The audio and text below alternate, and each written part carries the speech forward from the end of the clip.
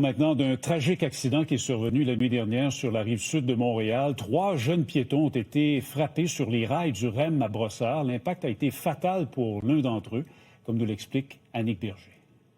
Un jeune homme de 19 ans qui a perdu la vie ici. C'est survenu autour de 3 heures cette nuit. On vous montre vraiment à la station là, du REM du quartier. C'est ici que cette histoire est survenue. Donc, 3 piétons là, qui ont d'abord traversé l'autoroute 10 que vous voyez et qui ont ensuite monté par-dessus la clôture qui protège le REM pour finalement traverser sur les rails et qui ont été happés là, par un train qui venait en leur direction. Il faut savoir quand même que le REM ne transporte pas de passagers au cours de la nuit, mais les trains circulent quand même là, sur les rails, par exemple pour des essais techniques. Donc, lorsque les policiers sont arrivés sur place, ils ont constaté le décès du jeune homme de 19 ans. Un autre jeune homme de 19 ans et un jeune homme de 22 ans, eux, ont été transportés au centre hospitalier.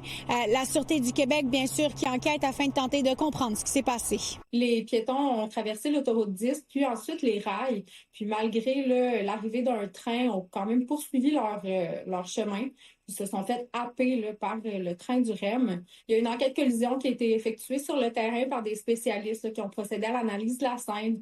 Puis il y a également des enquêteurs qui poursuivent toujours leur enquête là, afin d'éclaircir puis d'établir qu'est-ce qui s'est passé là, exactement lors de l'événement.